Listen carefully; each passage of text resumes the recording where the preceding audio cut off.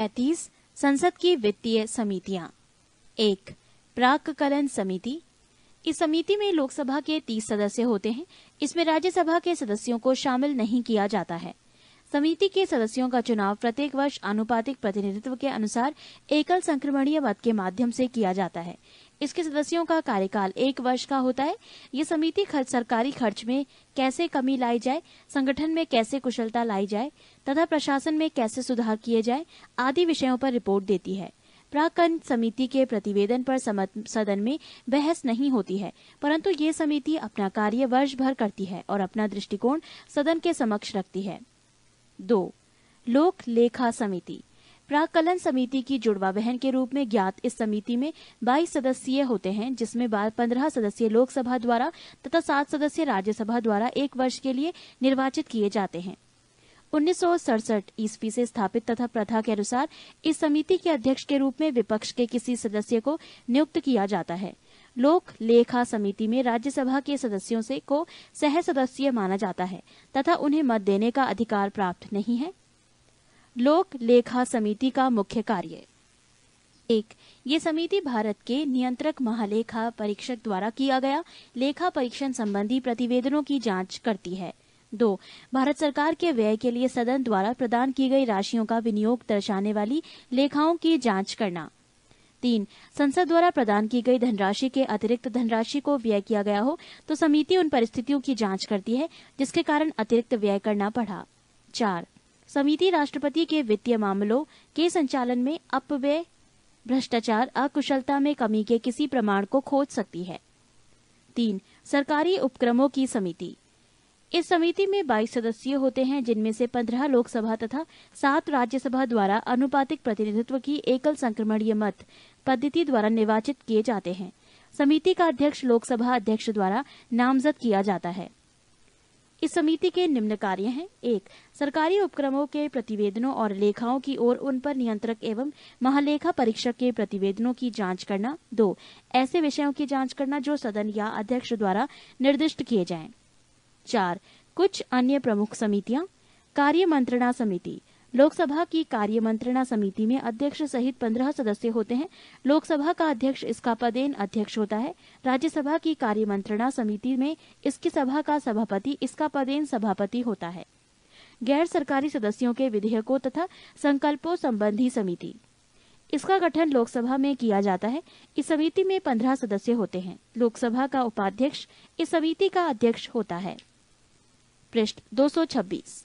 नियम समिति। लोकसभा की नियम समिति में लोकसभा अध्यक्ष सहित 15 सदस्य होते हैं, जबकि राज्यसभा की नियम समिति में सभापति एवं उपसभापति सहित 16 सदस्य होते हैं। लोकसभा अध्यक्ष एवं राज्यसभा के सभापति अपने अपने सदन की समितियों का पदेन अध्यक्ष होते हैं। 5 अनुसूचित जातियों तथा अनुसूचित जनजातियों का कल्याण संबंधी समिति। इसमें 30 सदस्य शामिल किए जाते हैं। इसमें 20 लोकसभा तथा 10 राज्यसभा के सदस्य होते हैं। 6 ग्रंथालय समिति। इसमें 9 सदस्य होते हैं। लोकसभा अध्यक्ष द्वारा मनोनीत 6 लोकसभा सदस्य तथा राज्यसभा के सभापति द्वारा मनोनीत 3 सदस्य शामिल किए जाते हैं। इस समिति का गठन प्रत्येक वर्ष किया जाता है। 36 पंचायती राज। पंचायती राज का शुभारंभ स्वतंत्र भारत में 2 अक्टूबर 1959 ईस्वी को भारत के प्रथम प्रधानमंत्री जवाहरलाल नेहरू के द्वारा राजस्थान राज्य के नागौर जिला में हुआ। 11 अक्टूबर 1959 ईस्वी को पंडित नेहरू ने आंध्र प्रदेश राज्य में पंचायती राज का प्रारंभ किया। 73वां संविधान संशोधन पंचायती राज से संबंधित है। इसके द्वारा संविधान के भाग 9 अनुच्छेद 243 क से ण तक तथा अनुसूचित 11 का प्रावधान किया गया है। 73वां संविधान संशोधन की मुख्य बातें। 1 इसके द्वारा पंचायती राज के त्रिस्तरीय ढांचे का प्रावधान किया गया है। ग्राम स्तर पर ग्राम पंचायत, प्रखंड स्तर पर पंचायत समिति तथा जिला स्तर पर जिला परिषद के गठन की व्यवस्था की गई है। 2 पंचायती राज संस्था के प्रत्येक स्तर में 1/3 स्थानों पर महिलाओं के लिए आरक्षण की व्यवस्था की गई है। 3 इसका कार्यकाल 5 वर्ष निर्धारित किया गया है। पंचायत भंग होने पर 6 माह के अंदर निर्वाचित होंगे। 4 राज्य की संचित निधि से इन संस्थाओं को अनुदान देने की व्यवस्था की गई है। नोट 73वें संविधान संशोधन के बाद पंचायती राज अधिनियम का निर्माण करने वाले प्रथम राज्य कर्नाटक है।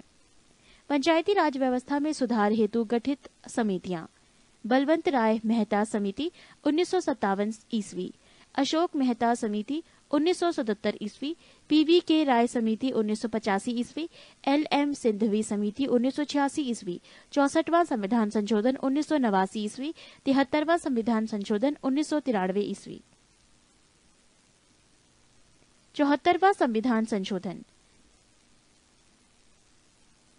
74वां संविधान संशोधन नगर पालिकाओं से संबंधित है। इसके द्वारा संविधान के भाग 9 का अनुच्छेद 243 त से य 6 तक एवं 12वीं अनुसूची का प्रावधान किया गया है। 74वां संविधान संशोधन की मुख्य बातें: नगर पालिकाओं में महिलाओं के लिए 1/3 भाग स्थान आरक्षित है। नगर पालिकाओं में अनुसूचित जाति तथा जनजाति के लिए भी आरक्षण की व्यवस्था की गई है।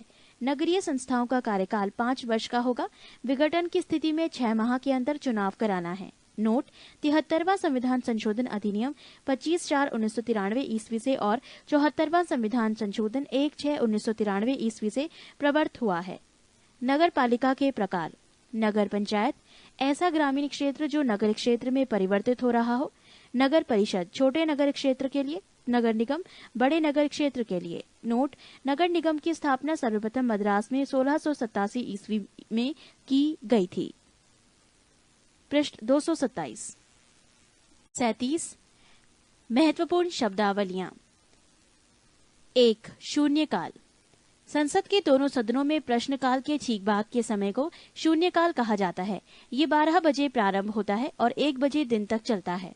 शून्यकाल का लोकसभा या राज्यसभा की प्रक्रिया तथा संचालन नियम में कोई उल्लेख नहीं है।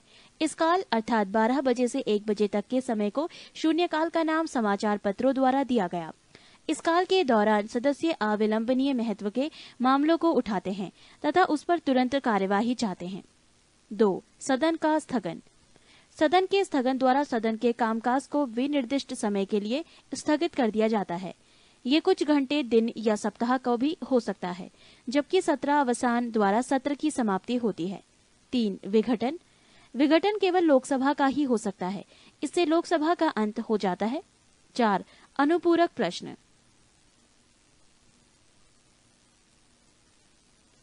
सदन में किसी सदस्य द्वारा अध्यक्ष की अनुमति में किसी विषय जिसके संबंध में उत्तर दिया जा चुका है के स्पष्टीकरण हेतु अनुपूरक प्रश्न पूछने की अनुमति प्रदान की जाती है। 5. तारांकित प्रश्न। जिन प्रश्नों का उत्तर सदस्य तुरंत सदन में चाहता है उसे तारांकित प्रश्न कहा जाता है।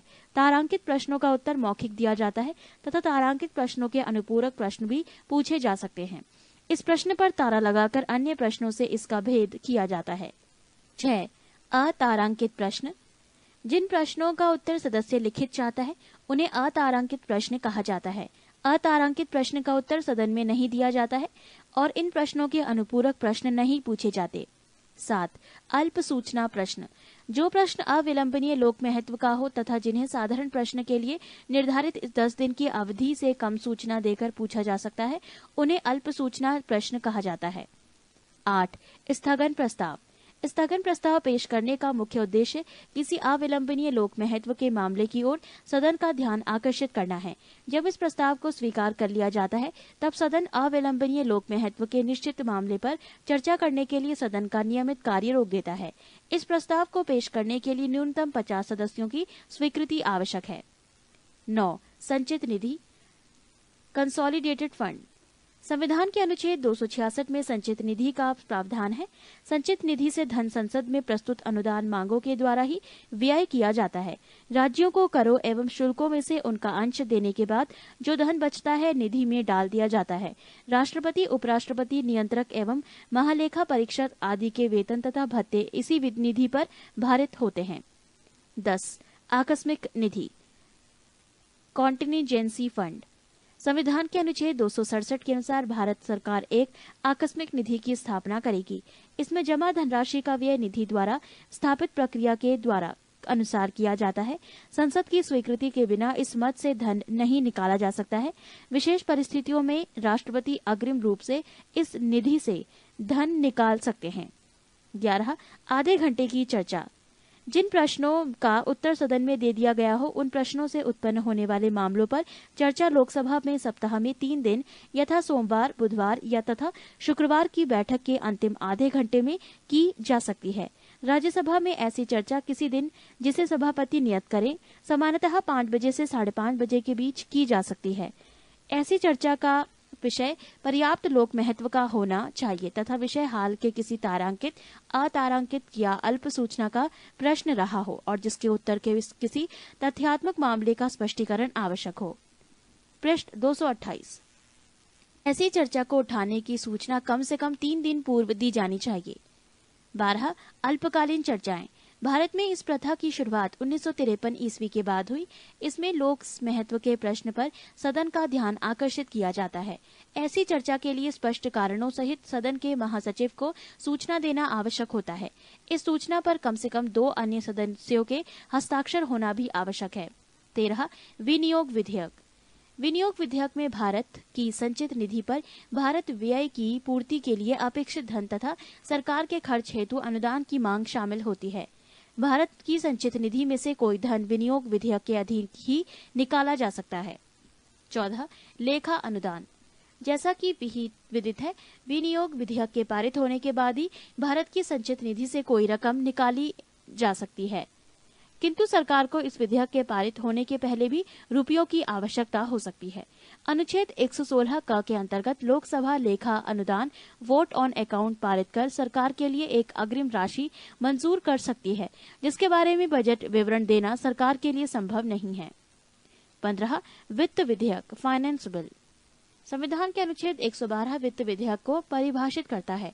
जिन वित्तीय प्रस्तावों को सरकार आगामी वर्ष के लिए सदन में प्रस्तुत करती है, उन वित्तीय प्रस्तावों को मिलाकर वित्त विधेयक की रचना होती है। सामान्यतः वित्त विधेयक उस विधेयक को कहते हैं जो राजस्व या व्यय से संबंधित होता है। संसद में प्रस्तुत सभी वित्त विधेयक धन विधेयक नहीं हो सकते हैं। वित्त विधेयक धन विधेयक है या नहीं, इसे प्रमाणित करने का अधिकार केवल लोकसभा अध्यक्ष को है। 16. धन विधेयक। संसद में राजस्व एकत्र करने अथवा अन्य प्रकार से धन से संबद्ध विधेयक को धन विधेयक कहते हैं। संविधान के अनुच्छेद 110(1) के उपखंड क से 6 तक में उल्लेखित विषयों से संबंधित विधेयकों को धन विधेयक कहा जाता है। धन विधेयक केवल लोकसभा में ही पेश किया जाता है। धन विधेयक को राष्ट्रपति पुनः विचार के लिए लौटा नहीं सकता है। 17. अनुपूरक अनुदान। यदि विनियोग विधेयक द्वारा किसी विशेष सेवा पर चालू वर्ष के लिए व्यय किए जाने के लिए प्राधिकृत कोई राशि अपर्याप्त पाई जाती है या वर्ष के बजट में उल्लिखित न की गई और किसी नई सेवा पर खर्च की आवश्यकता उत्पन्न हो जाती है, तो राष्ट्रपति एक अनुपूरक अनुदान संसद के समक्ष पेश करवाएगा। अनुपूरक अनुदान और विनियोग विधेयक दोनों के लिए एक ही प्रक्रिया विहित की गई है। 18. बजट सत्र। ये सत्र फरवरी के दूसरे या तीसरे सप्ताह के सोमवार को आरंभ होता है। इसे बजट सत्र इसलिए कहते हैं कि इस सत्र में आगामी वित्तीय वर्ष का अनुमानित बजट प्रस्तुत, विचारित और पारित किया जाता है। 19. सामूहिक उत्तरदायित्व। अनुच्छेद 75(3) के अनुसार मंत्रिपरिषद लोकसभा के प्रति सामूहिक रूप से उत्तरदायी होगी। इसका अभिप्राय यह है कि वो अपने पद पर तब तक बनी रह सकती है जब तक उसे निम्न सदन अर्थात लोकसभा के बहुमत का समर्थन प्राप्त है। लोकसभा का विश्वास खोते ही मंत्रिपरिषद को तुरंत पद त्याग करना होगा। 20. कटौती प्रस्ताव। सत्ता पक्ष द्वारा सदन की स्वीकृति के लिए प्रस्तुत अनुदान की मांगों में किसी भी प्रकार की कटौती के लिए विपक्ष द्वारा रखे गए प्रस्ताव को कटौती प्रस्ताव कहा जाता है। सरकार की नीतियों को अस्वीकृति तो दर्शाने के लिए विपक्ष द्वारा प्रायः 1 रुपया की कटौती का प्रस्ताव किया जाता है, जिसका अर्थ ये भी होता है कि प्रस्ताव मांग के मुद्दों का स्पष्ट उल्लेख किया जाए। पृष्ठ 229। 21. अविश्वास प्रस्ताव। अविश्वास प्रस्ताव सदन में विपक्षी दल के किसी सदस्य द्वारा रखा जाता है। प्रस्ताव के पक्ष में कम से कम 50 सदस्यों का होना आवश्यक है तथा प्रस्ताव प्रस्तुत किए जाने के 10 दिन के अंदर इस पर चर्चा होना भी आवश्यक है। चर्चा के बाद अध्यक्ष मतदान द्वारा निर्णय की घोषणा करता है। 22. मूल प्रस्ताव। मूल प्रस्ताव अपने आप में संपूर्ण प्रस्ताव होता है जो सदन के अनुमोदन के लिए पेश किया जाता है। मूल प्रस्ताव को इस तरह से बनाया जाता है कि उससे सदन के फैसले की अभिव्यक्ति हो सके। निम्नलिखित प्रस्ताव मूल प्रस्ताव होते हैं। 1. राष्ट्रपति के अभिभाषण पर धन्यवाद प्रस्ताव। 2. अविश्वास प्रस्ताव। इस प्रस्ताव के माध्यम से सदन का कोई सदस्य मंत्रिपरिषद में अपना अविश्वास व्यक्त करता है और यदि ये प्रस्ताव पारित कर दिया जाता है तो मंत्रिपरिषद को त्यागपत्र देना पड़ता है। 3.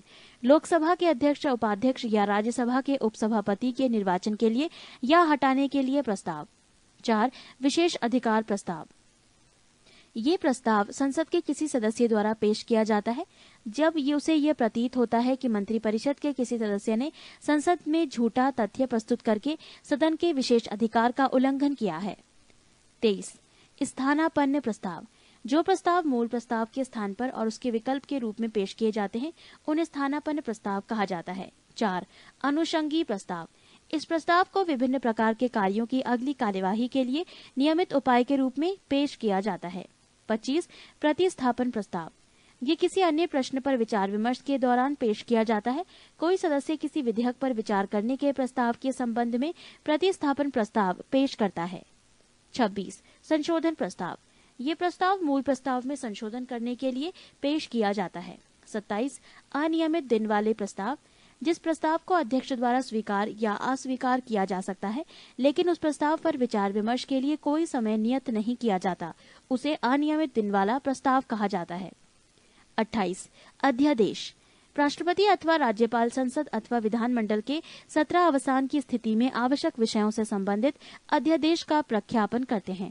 अध्यादेश में निहित विधि संसद अथवा विधानमंडल के अगले सत्र की शुरुआत के 6 सप्ताह के बाद प्रवर्तन योग्य नहीं रह जाती यदि संसद अथवा विधानमंडल द्वारा उसका अनुमोदन नहीं कर दिया जाता है। 29. निंदा प्रस्ताव। निंदा प्रस्ताव मंत्रिपरिषद अथवा किसी एक मंत्री के विरुद्ध उसकी विफलता पर खेद अथवा रोष व्यक्त करने के लिए किया जाता है। निंदा प्रस्ताव में निंदा के कारणों का उल्लेख करना आवश्यक होता है। निंदा प्रस्ताव नियमानुसार है या नहीं इसका निर्णय अध्यक्ष करता है। 30. धन्यवाद प्रस्ताव। राष्ट्रपति के अभिभाषण के बाद संसद की कार्यमंत्रणा समिति की सिफारिश पर 3-4 दिनों तक धन्यवाद प्रस्ताव पर चर्चा होती है। चर्चा प्रस्तावक द्वारा आरंभ होती है तथा उसके बाद प्रस्तावक का समर्थक बोलता है। इस चर्चा में राष्ट्रपति के नाम का उल्लेख नहीं किया जाता है क्योंकि अभिभाषण की विषय वस्तु के लिए सरकार उत्तरदायी होती है। अंत में धन्यवाद प्रस्ताव मतदान के लिए रखा जाता है तथा उसे स्वीकृत किया जाता है। प्रश्न 230। 31. विश्वास प्रस्ताव। बहुमत का समर्थन प्राप्त होने में संदेह होने की स्थिति में सरकार द्वारा लोकसभा में विश्वास लाया जाता है। इस प्रस्ताव का उद्देश्य ये सिद्ध करना होता है कि सदन का बहुमत उसके साथ है। विश्वास प्रस्ताव के पारित न होने की दशा में सरकार के त्यागपत्र देना आवश्यक हो जाता है। 32. Back bencher. सदन में आगे के स्थान प्रायः मंत्रियों, संसदीय सचिवों तथा विरोधी दल के नेताओं के लिए आरक्षित रहते हैं। गैर सरकारी सदस्यों के लिए पीछे का स्थान नियत रहता है। पीछे बैठने वाले सदस्यों को ही बैक बेंचर कहा जाता है। 33. बुलेटिन। बुलेटिन वो संसदीय प्रक्रिया है जिसमें सभी मांगों को जो नियत तिथि तक न निपटाई गई हो बिना चर्चा के ही मतदान के लिए रखा जाता है। 34. काकस। किसी राजनीतिक दल अथवा गुट के प्रमुख सदस्यों की बैठक को काकस कहते हैं। इन प्रमुख सदस्यों द्वारा तय की गई नीतियों से पूरा दल संचालित होता है। 35. त्रिशंकु संसद। आम चुनाव में किसी राजनीतिक दल को स्पष्ट बहुमत न मिलने की स्थिति में त्रिशंकु संसद की रचना होती है। त्रिशंकु संसद की स्थिति में दल बदल जैसे कुप्रवृत्तियों को प्रोत्साहन मिलता है। देश में 9वीं, 10वीं, 11वीं एवं 12वीं लोकसभा की यही स्थिति रही। 36. नियम 193। इस नियम के अंतर्गत सदस्य अत्यावश्यक एवं अविलंबनीय विषय पर तुरंत अल्पकालिक चर्चा की मांग कर सकते हैं। ये नियम 1953 ईस्वी में बनाया गया था। इससे सदन की नियमावली में अविलंब चर्चा के लिए स्थगन प्रस्ताव के अतिरिक्त अन्य कोई साधन सदस्यों के पास न था, इसीलिए यह नियम बनाया गया। इसके अतिरिक्त सदस्य किसी भी सार्वजनिक महत्व के अविलंबनीय विषय पर अल्पकालिक चर्चा के लिए नोटिस दे सकते हैं। ये चर्चा किसी प्रस्ताव के माध्यम से नहीं होती। इसी कारण चर्चा के अंत में सदन में मत विभाजन नहीं होता। केवल सभी पक्ष के सदस्यों को संबद्ध विषयों पर अपने विचार प्रकट करने का अवसर मिलता है। 37. न्यायिक पुनर्विलोकन। भारत में न्यायपालिका को न्यायिक पुनर्विलोकन की शक्ति प्राप्त होती है। न्यायिक पुनर्विलोकन के अनुसार न्यायालयों को ये अधिकार प्राप्त है कि यदि विधानमंडल द्वारा पारित की गई विधियां अथवा कार्यपालिका द्वारा किए गए आदेश संविधान के प्रतिकूल है तो वो उन्हें निरस्त घोषित कर सकते हैं। 38. गढ़ पूर्ति क्योरम। सदन में किसी बैठक के लिए गणपूर्ति अथवा अध्यक्ष सहित कुल सदस्य संख्या का 10वां भाग होती है। बैठक शुरू होने के पूर्व यदि गणपूर्ति नहीं है तो गणपूर्ति घंटी बजाई जाती है। अध्यक्ष तभी पीठासीन होता है जब गणपूर्ति हो जाती है। 39 प्रश्नकाल। दोनों सदनों में प्रत्येक बैठक के प्रारंभ के 1 घंटे तक प्रश्न किए जाते हैं और उनके उत्तर दिए जाते हैं। इसे प्रश्नकाल कहा जाता है। प्रश्नकाल के दौरान सदस्यों को सरकार के कार्यों पर आलोचन प्रत्यालोचन का समय मिलता है। इसके 2 लाभ है। एक तो सरकार जनता की कठिनाइयों एवं अपेक्षाओं के प्रति सजग रहती है। दूसरे, इस दौरान सरकार अपनी नीतियों एवं कार्यक्रमों की जानकारी सदन को देती है। 40 दबाव समूह प्रेशर ग्रुप। व्यक्तियों के ऐसे समूह जिनके हित समान होते हैं दबाव समूह कहे जाते हैं। ये ग्रुप अपने हित के लिए शासन तंत्र पर विभिन्न प्रकार से दबाव बनाते हैं। 41 पंगु सत्र लेम डक सेशन। एक विधानमंडल के कार्यकाल की समाप्ति तथा दूसरे विधानमंडल के कार्यकाल की शुरुआत के बीच के काल में संपन्न होने वाले सत्र को पंगु सत्र कहा जाता है। ये व्यवस्था केवल अमेरिका में है। 42 सचेतक विप। राजनीतिक दल में अनुशासन बनाए रखने के लिए सचेतक की नियुक्ति प्रत्येक संसदीय दल द्वारा की जाती है। किसी विषय विशेष पर मतदान होने की स्थिति में सचेतक दल अपने सदस्यों को मतदान विषयक निर्देश देता है।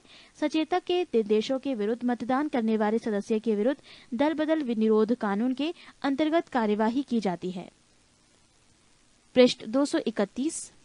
35 आपात उपबंध। भारतीय संविधान में 3 प्रकार के आपातकाल की व्यवस्था की गई है। 1 राष्ट्रीय आपात अनुच्छेद 352, 2 राष्ट्रीय शासन अनुच्छेद 356 एवं 3 वित्तीय आपात अनुच्छेद 360। राष्ट्रीय आपात अनुच्छेद 352। इसकी घोषणा निम्नलिखित में से किसी भी आधार पर राष्ट्रपति के द्वारा की जाती है। 1 युद्ध, 2 बाह्य आक्रमण और 3 सशस्त्र विद्रोह। राष्ट्रीय आपात की घोषणा राष्ट्रपति मंत्रिमंडल की लिखित सिफारिश पर करता है। राष्ट्रीय आपात की उद्घोषणा को न्यायालय में प्रश्नगत किया जा सकता है। 44वें संशोधन द्वारा अनुच्छेद 352 के अधीन उद्घोषणा संपूर्ण भारत में या उसके किसी भाग में की जा सकती है। राष्ट्रीय आपात के समय राज्य सरकार निलंबित नहीं की जाती है, अपितु वो संघ की कार्यपालिका के पूर्ण नियंत्रण में आ जाती है। राष्ट्रपति द्वारा की गई आपात की घोषणा 1 माह तक प्रवर्तन में रहती है और यदि इस दौरान इसे संसद के 2/3 बहुमत से अनुमोदित करवा लिया जाता है तो वो 6 माह तक प्रवर्तन में रहती है। संसद इसे पुनः एक बार में 6 महीने तक बढ़ा सकती है। यदि आपात की उद्घोषणा तब तक की जाती है जब लोकसभा का विघटन हो गया हो या लोकसभा का विघटन 1 मास के अंतर्गत आपात उद्घोषणा का अनुमोदन किए बिना हो जाता है, तो आपात उद्घोषणा लोकसभा की प्रथम बैठक की तारीख से 30 दिन के अंदर अनुमोदित होना चाहिए, अन्यथा 30 दिन के बाद ये प्रवर्तन में नहीं रहेगी। यदि लोकसभा साधारण बहुमत से आपात उद्घोषणा को वापस लेने का प्रस्ताव पारित कर देती है तो राष्ट्रपति को उद्घोषणा वापस लेनी पड़ती है। आपात उद्घोषणा पर विचार करने के लिए लोकसभा का विशेष अधिवेशन तब आहूत किया जा सकता है जब लोकसभा की कुल सदस्य संख्या के 1/10 सदस्यों द्वारा लिखित सूचना लोकसभा अध्यक्ष को जब सत्र चल रहा हो या राष्ट्रपति को जब सत्र नहीं चल रहा हो दी जाती है। लोकसभा अध्यक्ष या राष्ट्रपति सूचना प्राप्ति के 14 दिनों के अंदर लोकसभा का विशेष अधिवेशन आहूत करते हैं। आपातकाल की उद्घोषणा के प्रभाव।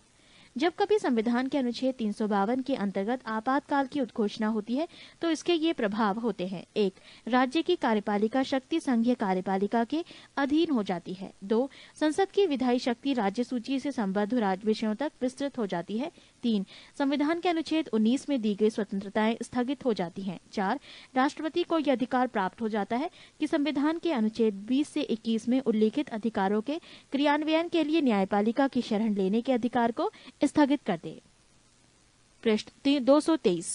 अनुच्छेद 352 के अधीन बाह्य आक्रमण के आधार पर आपात की प्रथम घोषणा चीनी आक्रमण के समय 26 अक्टूबर 1962 ईस्वी को की गई थी। ये उद्घोषणा 10 जनवरी 1968 ईस्वी को वापस ले ली गई।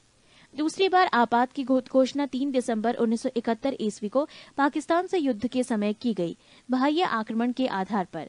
तीसरी बार राष्ट्रीय आपात की घोषणा 26 जून 1975 ईस्वी को आंतरिक गड़बड़ी की आशंका के आधार पर जारी की गई थी। दूसरी तथा तीसरी उद्घोषणा को मार्च 1977 ईस्वी में वापस ली गई। राज्य में राष्ट्रपति शासन। अनुच्छेद 356 के अधीन राष्ट्रपति किसी राज्य में ये समाधान हो जाने पर कि राज्य में संवैधानिक तंत्र विफल हो गया है अथवा राज्य संघ की कार्यपालिका के किन्हीं निर्देशों का अनुपालन करने में असमर्थ रहता है तो आपात स्थिति की घोषणा कर सकता है। राज्य में आपात की घोषणा के बाद संघ न्यायिक कार्य छोड़कर राज्य प्रशासन के कार्य अपने हाथ में ले लेता है। राज्य में आपात उद्घोषणा की अवधि 2 मास होती है। इससे अधिक के लिए संसद से अनुमति लेनी होती है, तब ये 6 मास की होती है।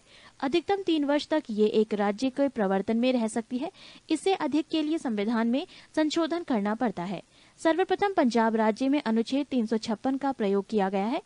1951 ईस्वी में भार्गव मंत्रिमंडल के पतन का कारण। सर्वाधिक समय तक अनुच्छेद 356 का प्रयोग पंजाब राज्य ही में रहा, 11/5/1987 ईस्वी से 25/2/1992 ईस्वी तक। वित्तीय आपात। अनुच्छेद 360।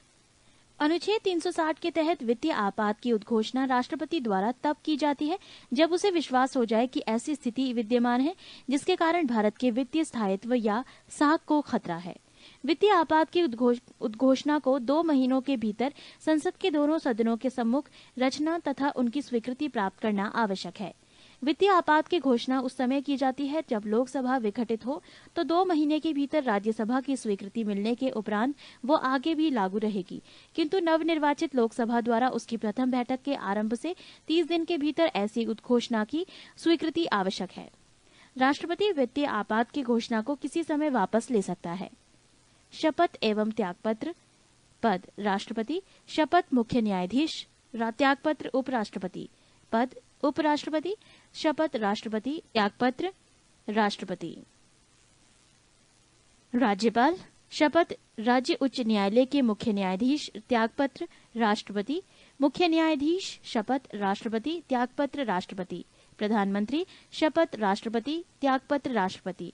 लोकसभा अध्यक्ष शपथ नहीं लेता है, त्यागपत्र उपाध्यक्ष।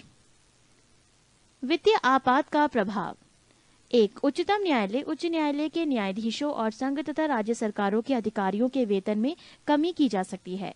2. राष्ट्रपति आर्थिक दृष्टि से किसी भी राज्य सरकार को निर्देश दे सकता है। 3. राष्ट्रपति को यह अधिकार प्राप्त हो जाता है कि वो राज्य सरकारों को ये निर्देश दें कि राज्य के समस्त वित्त विधेयक उसकी स्वीकृति से विधानसभा में प्रस्तुत किए जाएं। 4. राष्ट्रपति केंद्र तथा राज्यों में धन संबंधी विभाजन के प्रावधानों में आवश्यक संशोधन कर सकते हैं। पृष्ठ 224। 34. भारत के राष्ट्रीय चिन्ह। राष्ट्रीय प्रतीक, नेशनल सिंबल। भारत का राष्ट्रीय प्रतीक सारनाथ स्थित अशोक के सिंह स्तंभ के शीर्ष भाग की अनुकृति है। भारत सरकार ने इसे 26 जनवरी 1950 ईस्वी को अपनाया। प्रतीक के नीचे मुंडकोपनिषद में लिखा सूत्र सत्यमेव जयते देवनागरी लिपि में अंकित है। शासकीय कार्यों में प्रयोग में लाए जाने वाले राष्ट्रीय प्रतीक अलग अलग रंग के होते हैं। नीला राष्ट्रीय प्रतीक भारत के मंत्रियों द्वारा, लाल राष्ट्रीय प्रतीक राज्यसभा के सदस्यों के अधिकारियों द्वारा, हरा राष्ट्रीय प्रतीक लोकसभा के सदस्यों के द्वारा उपयोग में लाया जाता है। राष्ट्रीय ध्वज, नेशनल फ्लैग। 3 पट्टियां वाला तिरंगा, गहरा केसरिया ऊपर, सफेद बीच और गहरा हरा रंग सबसे नीचे है। सफेद पट्टी के बीच में नीले रंग का चक्र है जिसमें 24 तीलियां हैं तथा इसे सारनाथ में अशोक के सिंह स्तंभ पर बने चक्र से लिया गया है। ध्वज की लंबाई एवं चौड़ाई का अनुपात 3:2 है। भारत के संविधान सभा ने राष्ट्र ध्वज का प्रारूप 22 जुलाई 1947 को अपनाया। राष्ट्रीय ध्वज का केसरिया रंग जागृति, शौर्य तथा त्याग का, सफेद रंग सत्य एवं पवित्रता का एवं हरा रंग जीवन समृद्धि का प्रतीक है।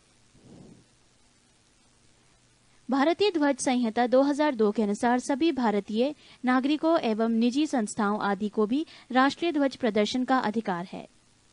जनवरी 2004 को एक महत्वपूर्ण निर्णय में उच्चतम न्यायालय मुख्य न्यायाधीश BN खरे की अध्यक्षता में ने ये घोषणा की कि संविधान के अनुच्छेद 19(1)(a) के अधीन राष्ट्रीय ध्वज फहराना नागरिकों का मूल अधिकार है। नोट: भारत के राष्ट्रीय ध्वज का पहली बार प्रदर्शन 14 अगस्त 1947 की मध्य रात्रि में हुआ। राष्ट्रगान, नेशनल एंथम। रविंद्रनाथ ठाकुर द्वारा रचित जन गण मन को संविधान सभा ने 24 जनवरी 1950 ईस्वी को भारत का राष्ट्रगान अस्वीकार किया। इसके गायन का समय 52 सेकंड है तथा संक्षिप्त अवधि 20 सेकंड है, जिसमें इसकी प्रथम और अंतिम पंक्तियां गाई जाती हैं। ये सर्वप्रथम 27 दिसंबर 1911 को भारतीय कांग्रेस के कोलकाता अधिवेशन अध्यक्ष पंडित विशन नारायण दत्त में गाया गया। इसे रविंद्रनाथ ठाकुर ने 1912 ईस्वी में तत्वबोधिनी में भारत भाग्य विधाता शीर्षक से प्रकाशित किया गया था तथा 1919 ईस्वी में मॉर्निंग सॉन्ग ऑफ इंडिया के नाम से अंग्रेजी अनुवाद किया। राष्ट्रगान के वर्तमान संगीतमय धुन को बनाने का श्रेय कैप्टन राम सिंह ठाकुर INA के सिपाही को जाता है। सर्वप्रथम इसे 27 दिसंबर 1911 को कांग्रेस के कोलकाता अधिवेशन में गाया गया था। राष्ट्रगीत नेशनल सॉन्ग बंकिम चंद्र चटर्जी के उपन्यास आनंद मठ में उन्हीं के द्वारा रचित वंदे मातरम को राष्ट्रगीत के रूप में 26 जनवरी 1950 ईस्वी को स्वीकार किया गया। इसे सर्वप्रथम 1896 ईस्वी में भारतीय राष्ट्रीय कांग्रेस के अधिवेशन अध्यक्ष रहीमतुल्ला सयानी में गाया गया था। इस गीत को गाने का समय 1 मिनट और 5 सेकंड है। किसी भी व्यक्ति को राष्ट्रगीत गाने के लिए बाध्य नहीं किया जा सकता है। नोट: भारतीय संसद के अधिवेशन का प्रारंभ जन गण मन से और समापन वंदे मातरम के गायन से होता है। राष्ट्रीय कैलेंडर ग्रिगोरियन कैलेंडर के साथ देश भर के लिए शक संवत पर आधारित राष्ट्रीय पंचांग को सरकारी प्रयोग के लिए 22 मार्च 1957 ईस्वी को अपनाया गया। इसका पहला महीना चैत्र है। ये सामान्यतः सामान्य वर्ष में 21 मार्च को एवं लीप वर्ष में 22 मार्च को प्रारंभ होता है। राष्ट्रीय पुष्प भारत का राष्ट्रीय पुष्प कमल, नेलम्बो, न्यूसीफेरा गार्टन है। राष्ट्रीय पक्षी भारत का राष्ट्रीय पक्षी मयूर, पावो क्रिस्टेटस है। राष्ट्रीय पशु भारत का राष्ट्रीय पशु बाघ, पैंथेरा टाइग्रिस लिन्नायस है।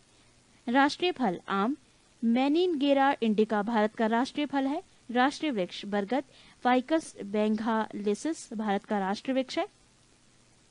राष्ट्रीय जलीय जीव 5 अक्टूबर 2009 को डॉल्फिन को राष्ट्रीय जलीय जीव घोषित किया गया।